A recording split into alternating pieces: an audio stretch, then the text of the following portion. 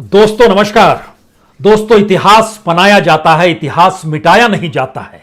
लेकिन अगर कोई यह मान ले कि इतिहास मिटाने को ही इतिहास बनाना है तो फिर क्या स्थिति हो सकती है, उसका पूरा नजारा भारत में देखा जा सकता है। और खास तौर से राजधानी दिल्ली में दौड़ती हुई गाड़ियां, उन गाड़ियों की पिछली सीट पर बैठा हुआ मरीज और मरीज के नाकों में लगी हुई ऑक्सीजन, यही वो परिस्थिति है जो कमोवेश दिल्ली के हर 10 में से 2 से 3 गाड़ियों का नजारा यही है।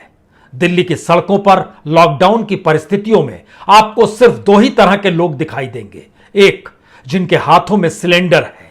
दूसरे, जो किसी तरीके से मरीजों को अस्पताल में भर्ती कराने ले जाना चाहते हैं। और जिन दुकानों में आपको भीड़ नजर आएगी वह मेडिकल की दुकान है। दवाई कहीं मिल नहीं पा रही, ऑक्सीजन की व्यवस्था कहीं है नहीं, वैक्सीन की परिस्थितियों से लोग अभी भी 2-2-4 हो रहे हैं। और इन तमाम स्थितियों में दिल्ली की सड़कों पर दौड़ते हुए ट्रक जिन पर ऑक्सीजन लदा है, दौड़ती हुई गाड़ियां जिनकी पिछली सीट पर मरीज बैठा हुआ ऑक्सीजन ले रहा है, और फिर ऑटो पर या फिर स्कूटर पर अलग अलग तरीके से ऑक्सीजन के सिलेंडर लेकर घूमते हुए लोग। ऐसी परिस्थिति दिल्ली ने कभी देखी नहीं थी। लेकिन यह परिस्थिति सिर्फ अस्पताल तक नहीं थमती है, बल्कि शमशान में भी इसी तरीके की कतार आपको नजर आएगी। तो एक सवाल आपके जहन में तुरंत आएगा, यह देश चला कौन रहा है? और अगर जो देश चला रहा है, क्या उसके जहन में यह सारी चीजें बिल्कुल नजर नहीं आती है? यकीन जानिए नजर आती है, क्योंकि दिल्ली के भीतर या कहें उसके बीचों बीच एक इमारत भी खड़ी हो रही है। 4000 वृक्षों को गिराया गया, काटा गया।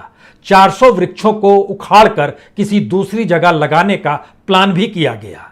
लेकिन आज भी वहां काम नहीं रुका है, क्योंकि वह इमारत इस देश में सेंट्रल विस्टा प्रोजेक्ट की है, जिसके दायरे में प्रधानमंत्री का घर भी आएगा, देश के उपराष्ट्रपति का घर भी आएगा, उनका भी निवास होगा और पार्लियामेंट भी होगी।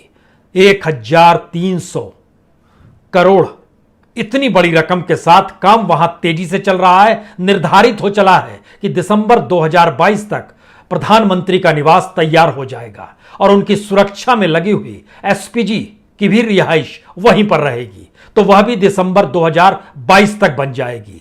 जब आप उस इलाके से गुजरते हैं तो कंस्ट्रक्शन का जो काम चल रहा है उसकी हवा कहीं ना कहीं आपके फेफड़ों में जाएगी और आपके भीतर फिर यह सवाल उठेगा, इस वक्त देश जब एक एक सांस के लिए अटका पड़ा है और ऑक्सीजन तक देश में नहीं है, इलाज की व्यवस्था तक नहीं है, तो ऐसे में कंस्ट्रक्शन का काम दिल्ली के बीचों बीच कैसे चल सकता है? लेकिन चल रहा है।